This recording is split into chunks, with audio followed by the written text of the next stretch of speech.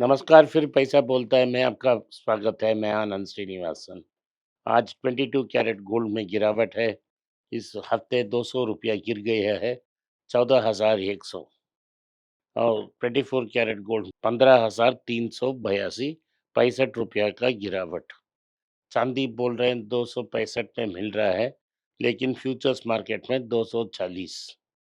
कच्चा तेल futures market में $103 मिल गया है, और लेकिन रुपया और गिरकर 94.25 तक पहुंच गया है।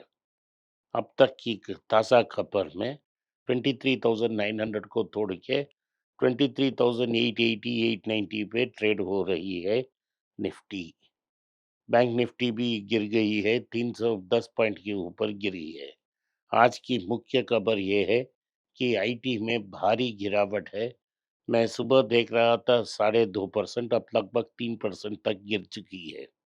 ऑटो इंडेक्स 0.5% गिर चुकी है, और बैंक इंडेक्स भी गिरी है।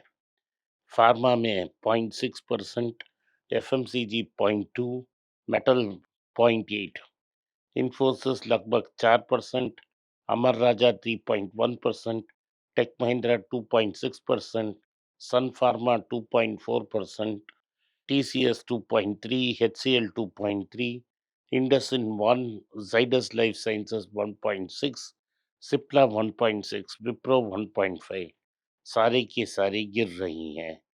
यूएस ने कहा है कि स्टेट ऑफ होर्मुज उसमें वो ऑपरेट करेगी, और जो भी बोट सी माइंस लगा रही है उसको उस पर गोलीबारी करेगी।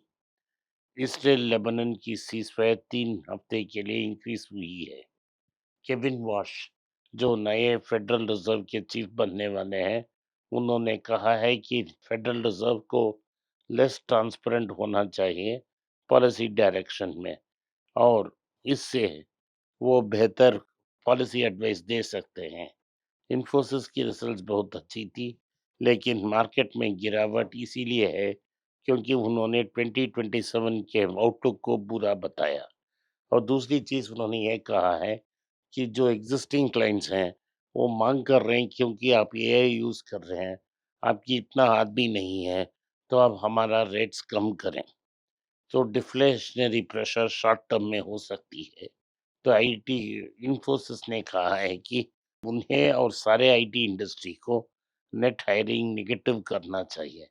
इसका मतलब है अगर 10,000 लोग बाहर जा रहे हैं, सिर्फ 3,000 लोग को वो नौकरी मिलेंगे, 7,000 नौकरियां चली जाएगी। इसीलिए आज भारी करेक्शन हो रही है आईटी इंडस्ट्री में। टॉप आईटी इंडस्ट्री के लोग वरीड हैं इसके अनुसार। आज माइक्रोसॉफ्ट ने लार्जेस्ट एवर बाईआउट प्रोग्राम लॉन्च किया है। बाईआउट प्रोग्राम का मतलब अमेरिका में हमारा वीआरएस है। लगभग 23,000 लोगों को वीआरएस दे रही है माइक्रोसॉफ्ट। बोल रहे हैं आपके सेवा हमको नहीं चाहिए, आप घर जा सकते हैं। मेटा प्लेटफॉर्म्स ने कहा है वो 10% लोगों को बाहर निकाल रही है। इससे 8,000 वर्कर्स की नौकरी चली जाएगी। केपीएमजी भी कह रही है कि आईटी अडॉप्शन के कारण उनको इतना लोग नौकरी में नहीं चाहिए, वो भी 7% कट रहे हैं। लगभग आज 50,000 नए जॉब्स काट रहे हैं, और इसको नए जॉब्स के साथ रिप्लेस नहीं कर पाएंगे। टाटा कैपिटल ने कहा है उनकी प्रॉफिट्स बहुत स्ट्रांग है, और लगभग 43% उनकी प्रॉफिट्स बढ़ी है Q4 में। और इसका कारण एसेट क्वालिटी भी इम्प्रूव हुई है, और इसका प्राइमरी रीज़न ये है कि वो रिटेल में फोकस कर रही है। टाटा मोटर्स ने कहा है कि वो $2.2 बिलियन की गारंटी दे रहे हैं, क्योंकि टाटा यूरोप को इवाको को खरीदने के लिए मदद करना है। इवाको की टर्न अराउंड कुछ देर लगेगी, उस समय तक टाटा की पेरेंट कंपनी को इस लोन को सपोर्ट करना पड़ेगा। यूएस एफडीए ने कहा है कि वो सिप्ला की जेनेरिक इनहेलर वेंटिलॉन को अप्रूवल मिल गई है, और वो प्रोडक्ट अमेरिका में आ सकती है। सन फार्मा में $13 बिलियन की ऑरेगॉन बिड में क्या डेट बहुत ज्यादा हो गया है, ये कंसर्न आ रही है, इसीलिए सन फार्मा नीचे आ रही है। लेकिन सच्ची बात यह है कि वह अनेक महारथी आईटी कंपनीज का जो पीबी रेशियो है वो 13 से 15 है। आईटी स्टाफ का भी 15 है। तो सन फार्मा की रेट 32 टाइम्स अर्निंग्स है, वो गिरकर नॉर्मलाइज हो रही है। मारुति सुजुकी ने कहा है कि उन्होंने रिकॉर्ड प्रोडक्शन की है ताकि उनको सेल्स का टारगेट मीट कर सकें। अभी बोल रहे हैं कि 1-2 मंथ्स वेटिंग पीरियड आ रही है, इससे कस्टमर अनहैप्पी हैं। महिंद्रा एंड महिंद्रा ने कहा है कि वो अपना प्रोडक्ट पोर्टफोलियो इंक्रीज करेंगे, पेटेंट पोर्टफोलियो भी इंक्रीज करेंगे, स्ट्रॉन्ग आर&डी में खर्च करेंगे। रिलायंस की जो प्रॉफिट्स हैं वो डिक्लाइन होती दिख रही हैं, क्योंकि कोर बिजनेस की प्रॉफिटेबिलिटी हर्ट हो चुकी है। अमेज़न इंडिया ने 12,800 करोड़ रुपया इन्वेस्ट करने की दावा की है। यस बैंक की 81 बॉन्ड्स केस में सेटलमेंट कर ली है। निप्पॉन लाइफ और यस बैंक की प्रमोटर्स के साथ मिलकर वो इन्वेस्टर्स को पैसा वापस देने का वादा किया है, और वो पैसा वापस देने से ये केस को खत्म करने का प्लान सबमिट किया है। रिटेल इन्वेस्टर्स ने कॉशियस बन गए हैं, और जहां से वो स्ट्रांग रिटेल पे इन्वेस्ट कर रहे हैं, अभी शॉर्ट टर्म ट्रेडिंग पे जारी है।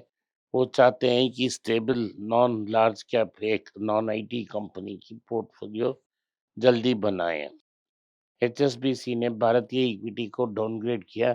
इन्फ्लेशन और ग्रोथ पैंग्स उन्हें अफेक्ट कर सकती है, ऐसा उनका दावा है। वार्नर ब्रदर्स ने 111 बिलियन डॉलर पेमेंट अप्रूव कर ली है। इसमें पैरामाउंट और स्काईडांस दोनों की शेयर होल्डिंग होगी। लार्सन एंड ट्यूब्रो ने वोएमा एआई नाम का एक कंपनी फॉर्म कर ली है, और वो डिजिटल प्रेजेंस को एक्सपेंड करेगी। इंटेल का शानदार रिजल्ट्स था कल, हमने इसको चीपली कंसिडर किया था। कल एक दिन में इंटेल 20% ऊपर गया, और इसका मुख्य कारण यह है कि उनकी जेनॉन एआई प्रोसेसर अब डिमांड में है, क्योंकि जेनॉन के प्रोसेसर के बिना आप ये प्रोसेस और एआई डेटा स्ट्रक्चर नहीं बना सकते हैं। सर्वर का इम्पोर्टेंट कंपोनेंट ये है कि इंटेल चिप ही है जेनॉन। तो इंटेल आज 20% ऊपर गई है। आज के लिए इतना ही। आपने इस पॉडकास्ट को सुना, इसके लिए मैं आपका आभारी हूँ। हो सके तो वीडियो को लाइक कीजिए, चैनल को सब्सक्राइब कीजिए और बेल नोटिफिकेशन दबाएं। इस वीडियो को अपने दोस्त और रिश्तेदार के पास भेजें, और उन्हें देखने की आग्रह करें। नमस्कार, धन्यवाद, जय हिंद। अगर आप मुझसे संपर्क करना चाहते हैं, नीचे दिए गए ईमेल में मेल भेजें। मेरी टीम आपके साथ संपर्क करेगी और मदद भी करेगी।